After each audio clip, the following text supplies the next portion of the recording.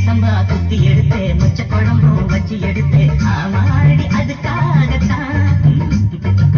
உச்சி மலம் காக்குத உச்சந்தால கேக்குது மச்சமுள்ள பூவத்தா மல்லு கட்ட பாக்குது பக்கம் வந்து போலசி பார்க்கவா பத்தி வச்சு கசி தீக்கவா